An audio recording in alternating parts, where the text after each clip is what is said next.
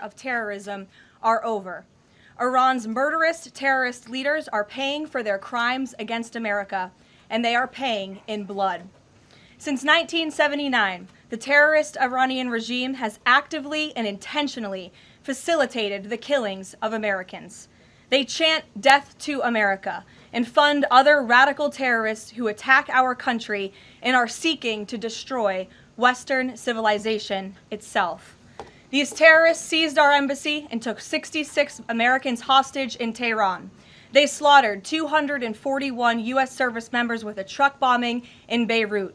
They killed and maimed hundreds of American service members in Iraq.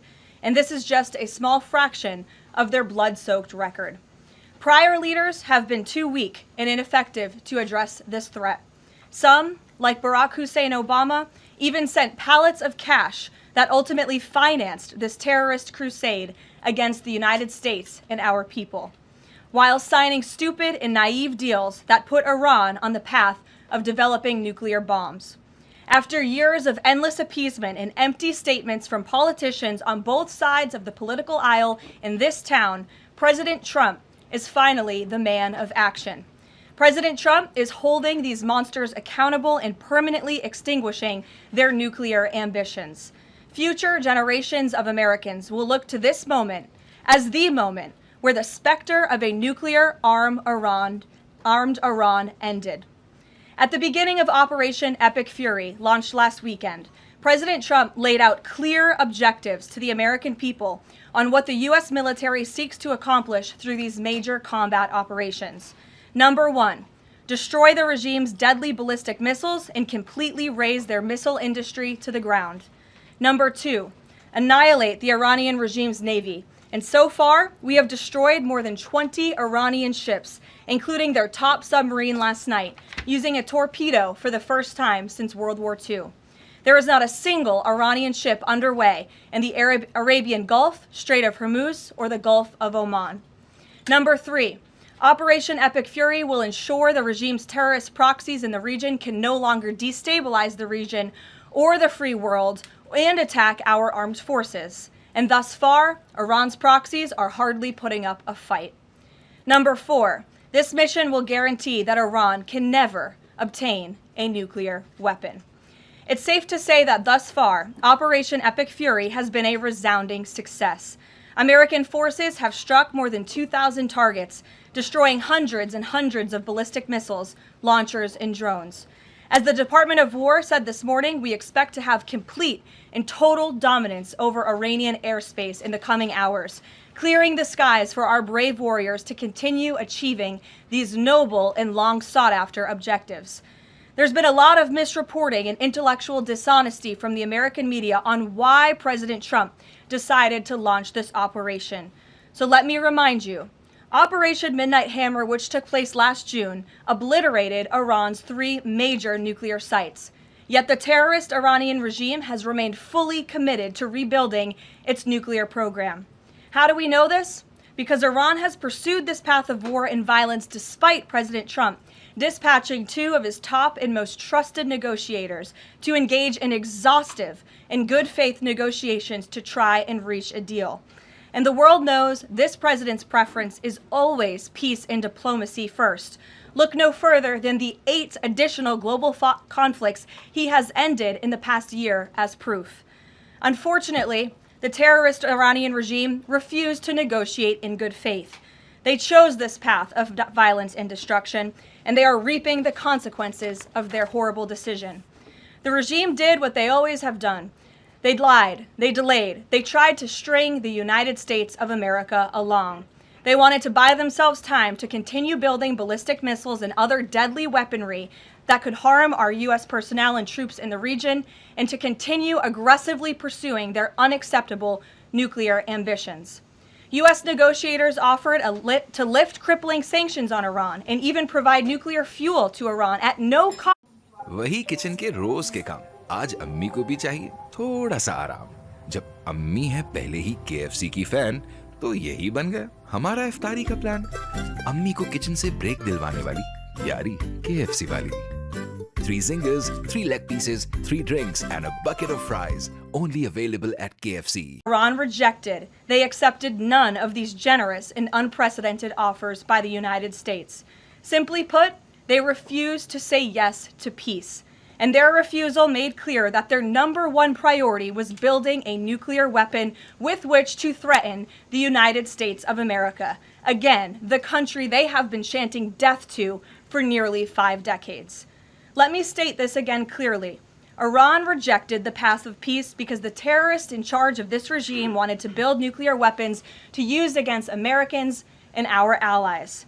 President Trump made the determination, a courageous determination and decision, that the path the United States was on with Iran had only one outcome: massive death and destruction at the hands of a nuclear-armed terroristic regime.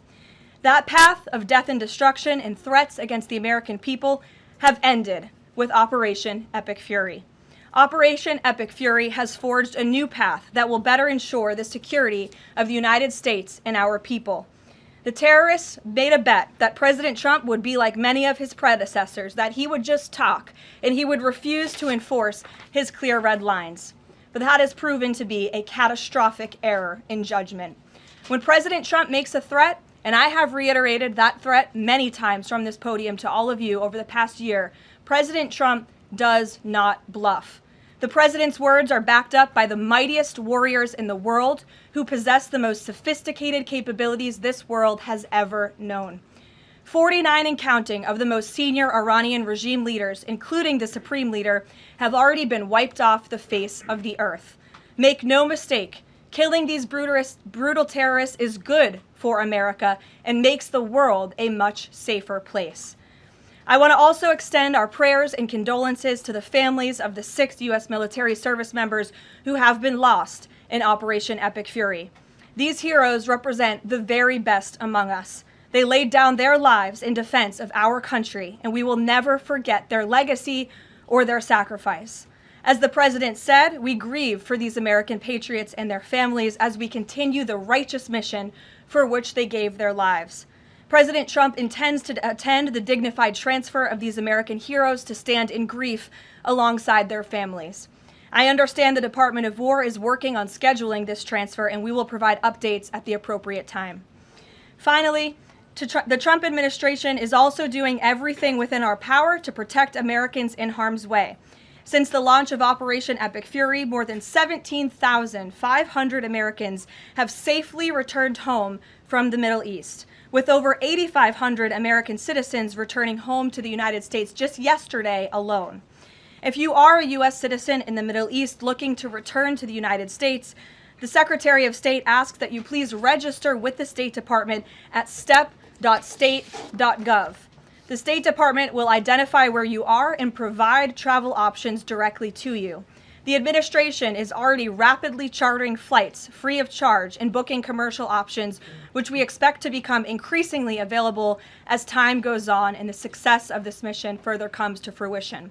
I know the President and Secretary of State Rubio have been in touch as well with our allies in the region directly about this problem, making it clear that it is a priority of the United States of America to bring every American home. The Trump administration will not rest until every American is home safely and until the terrorist threat from Iran has been completely destroyed. With that, I'll take your questions. Eric, why don't you kick us off today? Thank you for being here. Caroline, thanks so much for having me. It's great to be here. As you mentioned, Iran's regime, its leadership has largely been decimated. Do we have a sense right now of who is actually calling the shots in Iran? And we're also hearing reports that the Supreme Leader's son may be named his successor. Do you have any more information about that? I just had a quick follow-up as well. Sure. We've seen those reports as well, of course, and this is something that our intelligence agencies are closely monitoring and looking at. The truth is, we'll have to wait and see. The president has said repeatedly that the objectives of Operation Epic Fury are the 4 military objectives that I laid out for you previously: to destroy Iran's navy, to destroy their ballistic missile capacity, to ensure their proxies in the region can no longer harm Americans, and to also ensure that they can never obtain a nuclear weapon. As for what comes next for Iran, the president has said, of course, it's a good thing for the United States to want freedom for the Iranian people, and ultimately we hope that freedom rests in their hands. Caroline, we see the Arab and Muslim nations coming under fire as well. President Trump's vision for the region has been to bring the Arab and Muslim nations to the table together, Abraham Accords, obviously, with Israel. If this regime topples, could we see a new day in the region and really a new Middle East come out of this when the dust settles? Well, the greatest deterrent to true and long-lasting peace in the Middle East has always been the rogue Iranian terrorist regime. And our Arab and Gulf partners in the nation admit that, as well as, of course, our close friend and ally Israel. We have seen all of the Arab partners in the region come together during this time on the phone with President Trump, many of them commending him for this bold and brave action to protect American troops and our bases in the region that are housed in many of these Arab and Gulf states. And I know that many of these regional partners are contributing their air defense capabilities as well. Jordan, Bahrain, Saudi Arabia, the UAE, Qatar, Kuwait, and the president continues to be engaged with all of them. Welcome. Garrett. Also have two, if you'll humor me. Axios, I think, was the first to report this morning this phone call between the president and Prime Minister Netanyahu, saying that Netanyahu had given the U.S. this information about where the Ayatollah would be and that he'd be with these deputies on Saturday. How important was that information in the president making the decision to strike where and when he did? I think it was important with respect to the timeline, but I think the president, prior to that phone call, had a good feeling that the Iranian regime was going to strike the United States assets and our personnel in the region. And the president was faced with a choice. Does the United States of America use our military and our capabilities to strike first, to take out this threat that has been threatening our country and our people for 47 years, or is he going to, as commander-in-chief, sit back and watch as the rogue Iranian regime attacks our people in the region? That's obviously an unacceptable decision. For the second choice there is unacceptable to the president, which is why he made this decision. As for where the Ayatollah was going to be, that obviously had an impact on the timeline of the operation, but not quite the president's decision in its entirety. And then on the way the public is viewing this, we were sitting here last week, I asked you if the president was going to make this a big part of the State of the Union, if he felt like he had to sell the possibility that he'd do strikes like this. We're now 5 days on. He hasn't done kind of the traditional speech to the nation part of it.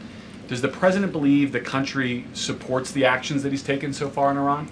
I think he does, and I think the president knows the country is smart enough to read past many of the fake news headlines produced by people in this room that this action was unjustifiable. Again, this is a rogue terrorist regime that has been threatening the United States, our allies, and our people for 47 years. And the American people are smart enough to know that.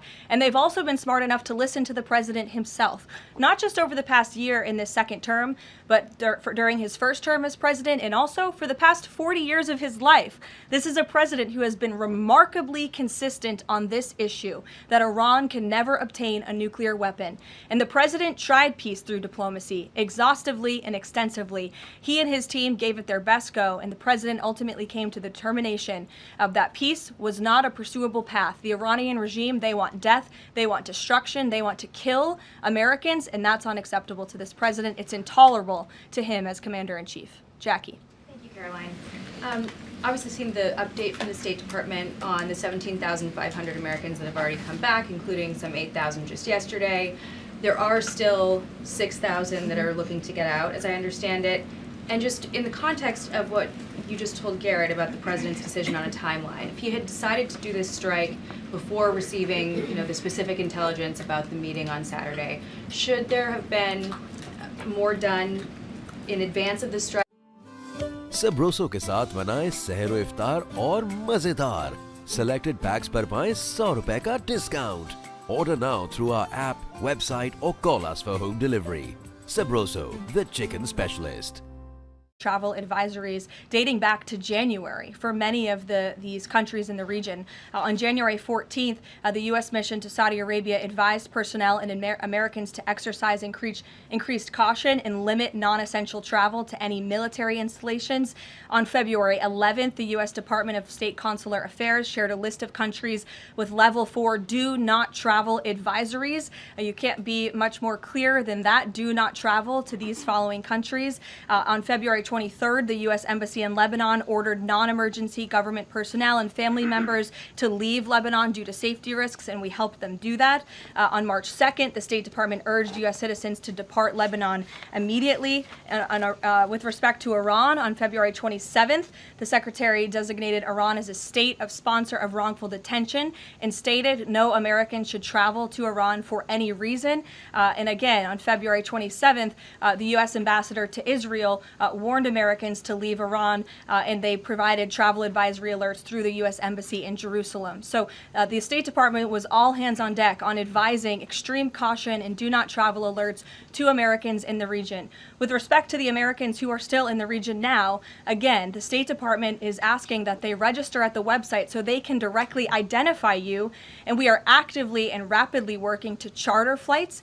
There is some commercial flights that are taking off intermittently from these countries, and we plan to get Americans on board as quickly as possible, again, free of charge to them. And we have some additional measures that I think will be announced in the coming days. Again, I can also reiterate from the President's perspective, this is something he's brought up directly with our allies and partners in the region, that we expect their help in getting Americans home, and we will do that, and we will not rest until every single American is returned home safely. Thank you. And then one follow-up just on how people might be experiencing this at home.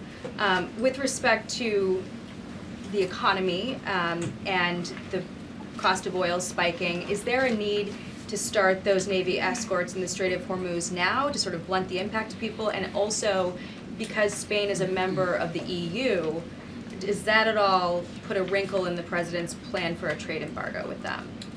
With respect to Spain, I think they heard the President's message yesterday loud and clear. And it's my understanding over the past several hours they've agreed to cooperate with the U.S. military. And so I know that the U.S. military is coordinating with their counterparts in Spain. But the President expects all of our European allies, of course, to cooperate in this long sought after mission, not just for the United States, but also for Europe, to crush the rogue Iranian regime that, again, not only threatens America, but also threatens our European allies as well.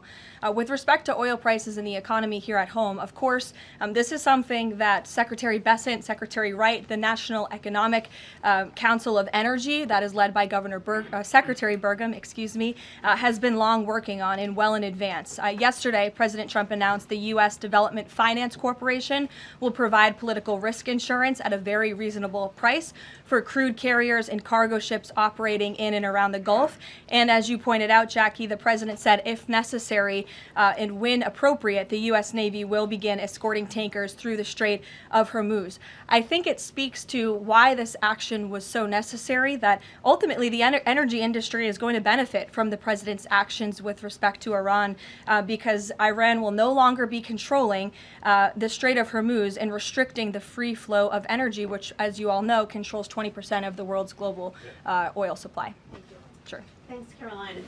The President said yesterday there wasn't time to make evacuation plans because this all happened so quickly.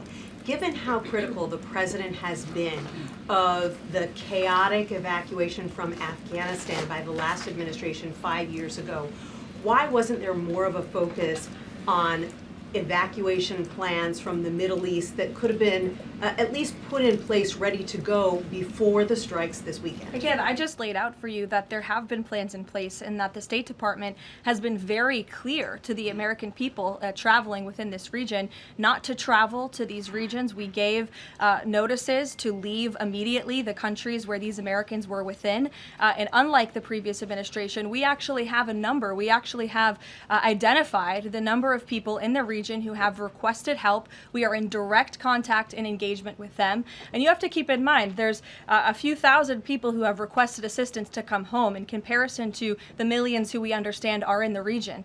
So we will help every single American who wants to come home if they're making that request of the State Department. Americans who called the State Department hotline as recently as last night were being told, we can't help you, you have to make your own plans. Well, the line was updated, and I expect every single person in this room to report on that accurately, so that information can be relayed appropriately to your audiences and to the American people. I think as journalists, you all have a responsibility to let them know that the line has been updated accordingly with the proper guidance, because I saw many people in this room very quick to do selfie videos with the line yesterday, but not so quick to report on the corrected message today.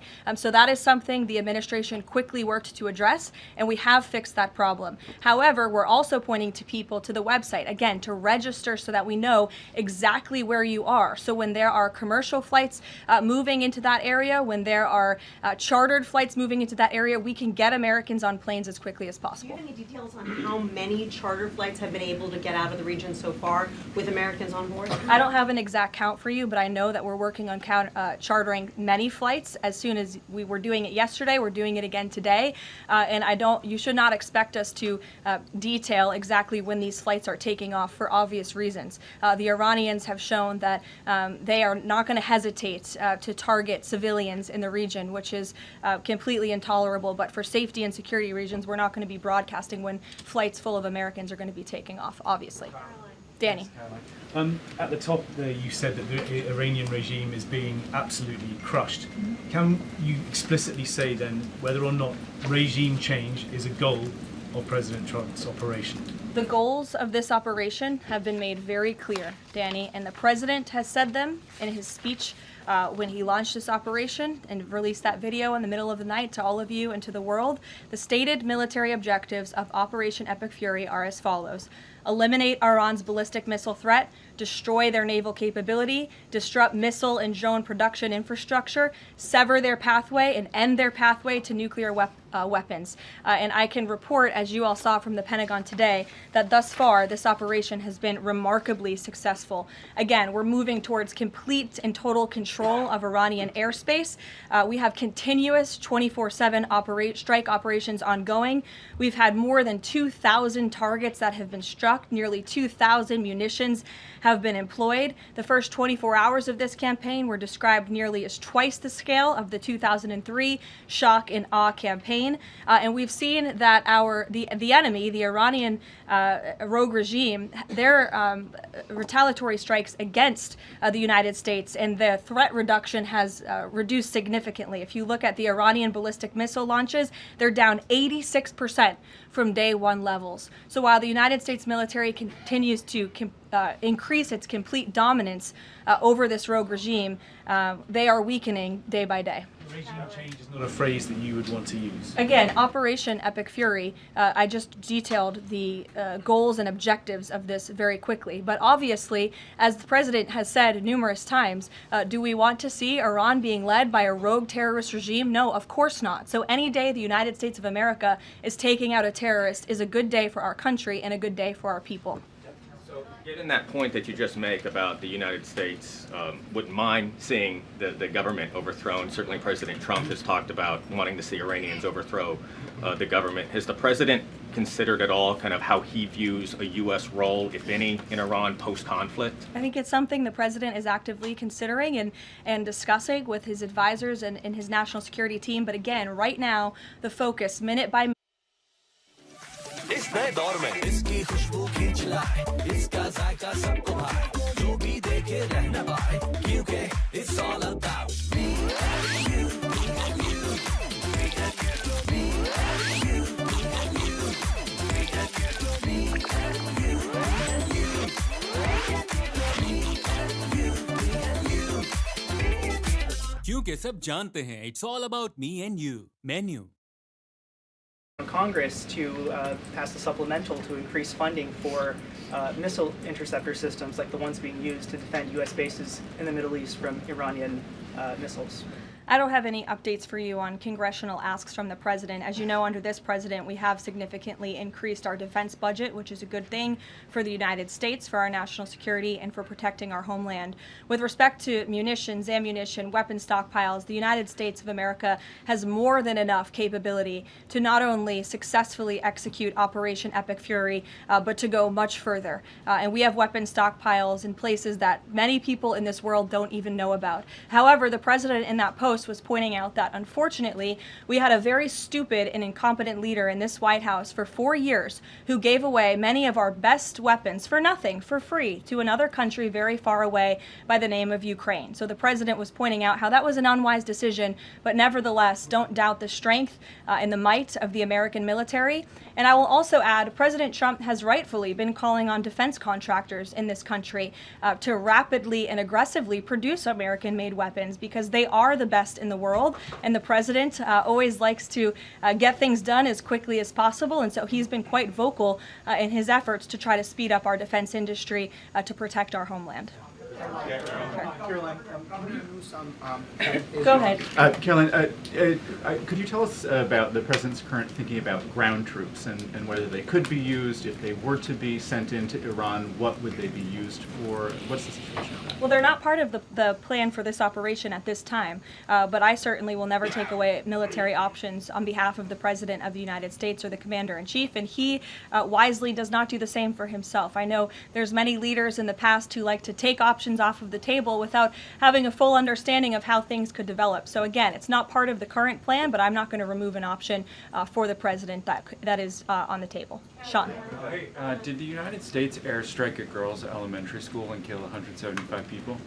Not that we know of, Sean, and the Department of War is investigating this matter, and I would just tell you very strongly, the United States of America does not target civilians, unlike the rogue Iranian regime that targets civilians, that kills children, that has killed thousands of their own people in the past several weeks, and uses propaganda quite effectively, and unfortunately many people in this room have fallen for that propaganda. So I would caution you from pointing the finger at the United States of America when it comes to targeting civilians, because that's not something that these armed forces do.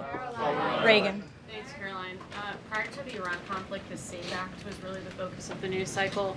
Is the SAVE Act still a priority for the administration? Absolutely. Could you just provide an update on the administration's talks with Congress to get the SAVE Act through?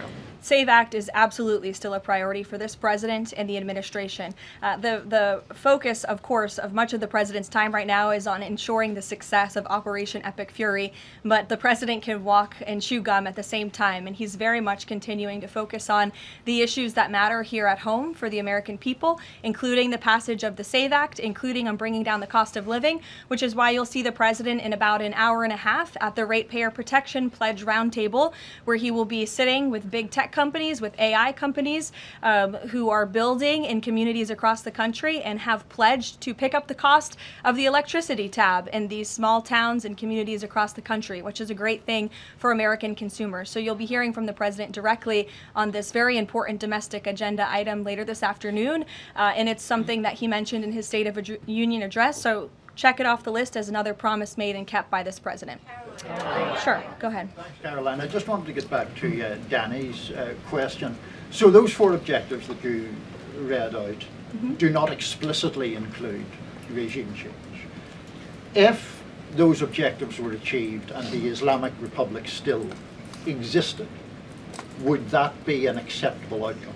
That's a hypothetical question that I'm not going to engage in. Again, right now the president and the commander-in-chief are focused on executing the success of Operation Epic Fury, which we are already doing so in a very tremendous and impressionable way. Stephen. Thank you, Caroline. 2 questions. The Trump administration reportedly is considering arming Kurdish forces in the hopes of inspiring a popular uprising in Iran. Could you comment on that report? I can comment on the fact that the president has held many calls with partners, allies, and leaders in the region, in the Middle East. He did speak to Kurdish leaders with respect to our base that we have in northern Iraq. But as for any report suggesting that the president has agreed to any such plan is completely false and should not be written. President Trump was saying yesterday that he is okay with someone from within taking over in Iran. He spoke about how Venezuela he saw as a successful model where Delcy Rodriguez took over and had a better relationship. Iran's President Pezeshkian, he took office in 2024 as a relative reformer. He's part of a 3-man council now replacing the supreme leader. Does President Trump see him as a potential successor who is more pliable? Again, that's another hypothetical, and I haven't spoken to the president about this specific individual, so I don't want to get ahead of him on any assessments that should be made. Thank you. Yesterday, the president acknowledged that oil prices will be a bit high. As for gas prices here in the U.S., what is the admin doing right now to counter that? I mean, should they skyrocket? Is there a plan to help, Americans right now with those higher gas prices? And then a second question.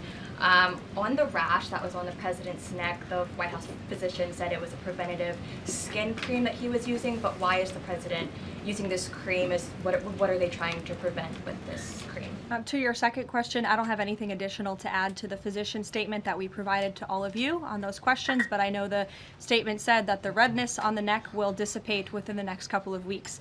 To your first question about oil prices, thank God we have a president who has exuded American energy dominance over the past year, an administration that is wholeheartedly focused on keeping prices stable as best as we can. Of course, this operation is temporary to protect the homeland, but crude oil prices did fall yesterday. They remain stable today after the president announced steps to ensure the stability in global energy markets. Again, those include the DEC offering reasonably priced political risk insurance and the potential for the U.S. Navy to provide protection for the flow of energy through the Strait of Hormuz. It is the president's belief and his economic team's belief that the economy continues to be very strong, it's robust, and will be able to weather any of the temporary impacts of Operation Epic Fury. John. Thanks a lot, Caroline.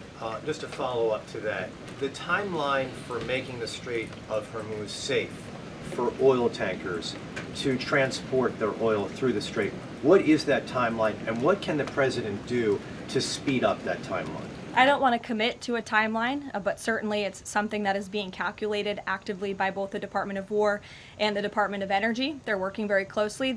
Both secretaries are in all of the briefings on this subject with the president, and this is, again, something they're monitoring, and if and when necessary, the United States Navy will provide assistance to escort oil tankers through the strait. Caroline. Sure, in the blue. Thank you, Caroline. You're not in blue, Andrew. Go ahead. Yeah, thank you. Well, I guess you are, sort of. I'll go to you after.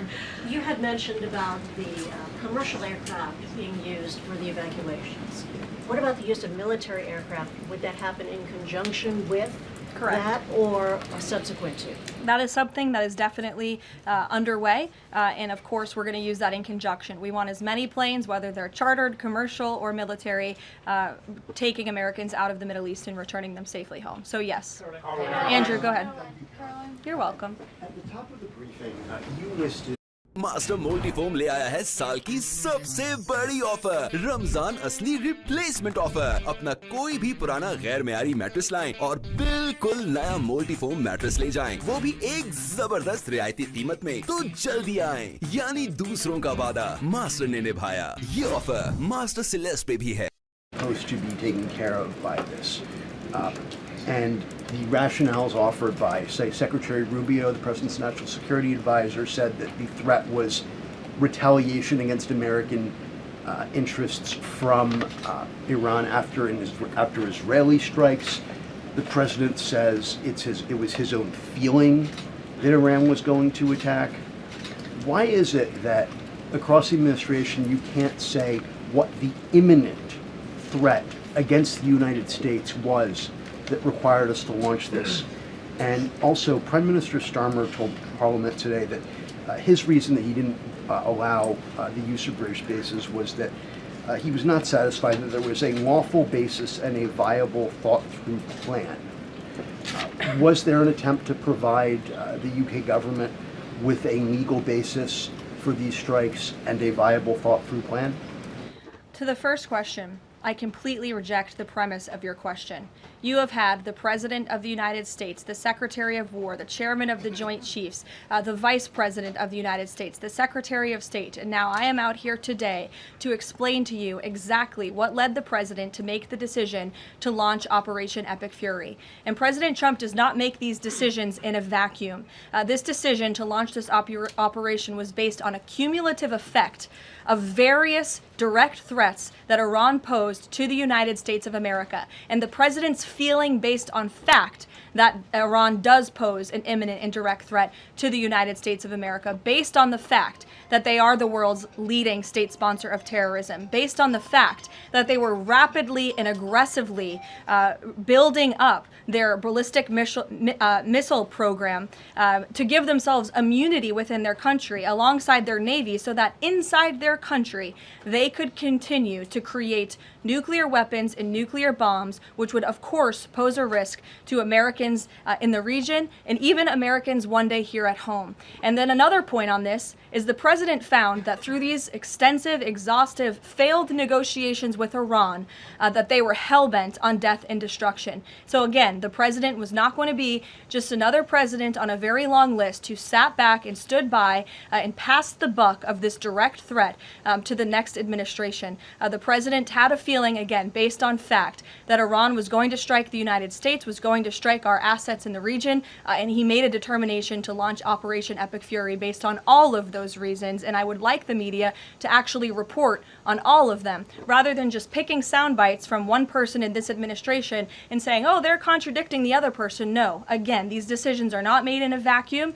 They are made by the president's feeling that Iran was going to strike the United States and our assets in the region, and he was not going to sit back and watch that happen. The determination was made that the president was going to strike first alongside Israel, and that has obviously been proven to be the right decision and an effective one at that.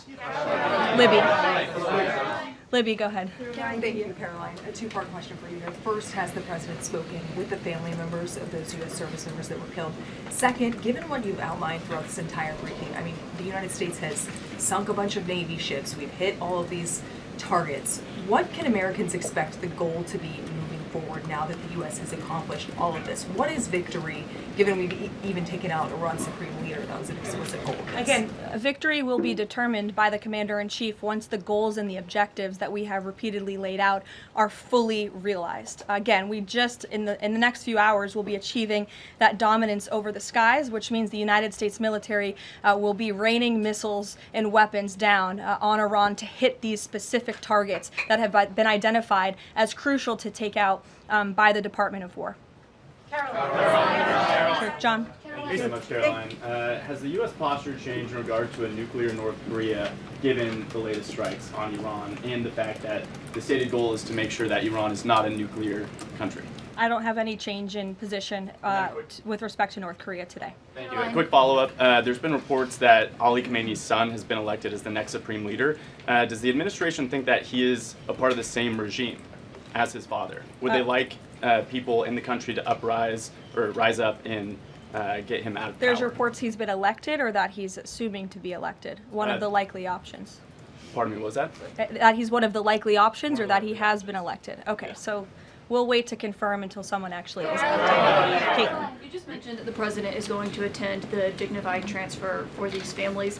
Given what Secretary Hegseth said this morning, is it the position of this administration that the press should not prominently cover the deaths of U.S. service members?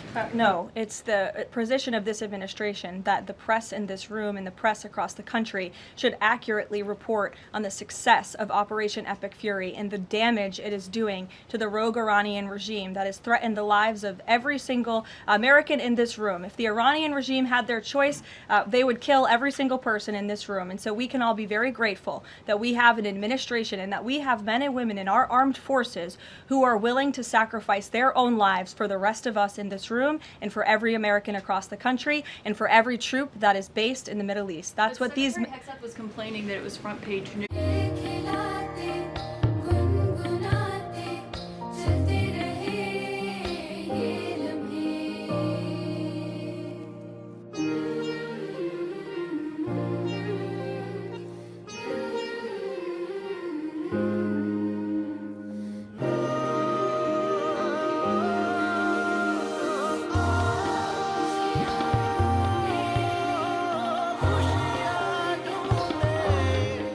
Secretary of Defense cares deeply about our warfighters and our men and women in uniform. He travels all across this country to meet with them, to connect with them, and your network has hardly ever probably reported on that. You also had the chairman of the Joint Chiefs, Chairman Kane, who's a brave patriot, standing alongside the Secretary at the Pentagon this morning, again expressing his condolences to these families. And I just told you that the President of the United States will be attending their dignified transfer. So please, That's not making the president look bad. That's showcasing that. And we expect you to cover that as you should. We expect you to cover that as you should, Caitlin. But you and your network know that you take every single thing this administration says and tries to use it to make the president look bad.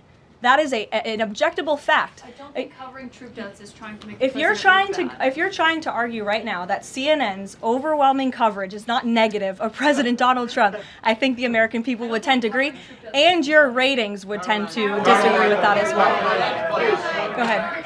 Thank you so much. On the school Sure. strike, back to that for a minute. I understand that the U.S. does not target civilian infrastructure. That's what you said. Can you say that there's any evidence right now that it was not a U.S. strike? And then also, you didn't mention Israel in that.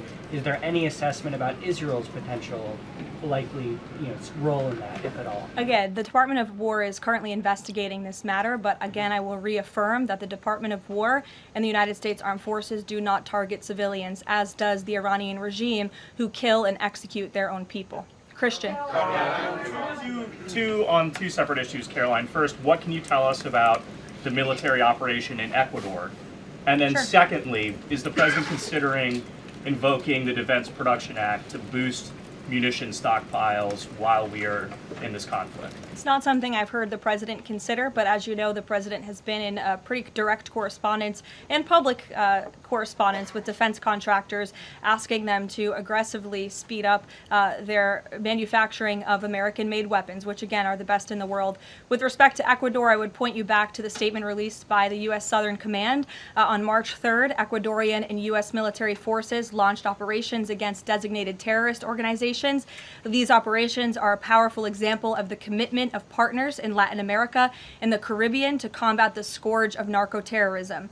And together, we are taking decisive action to confront narco-terrorists who have long inflicted terror, violence, and corruption on citizens throughout the hemisphere. And on that, I would also add that this weekend, I'm pleased to announce, the president will welcome the heads of state from 12 nations across our Western Hemisphere in Miami, Florida on Saturday. The point of this newfound Latin America summit is to promote freedom, security, and prosperity in our region.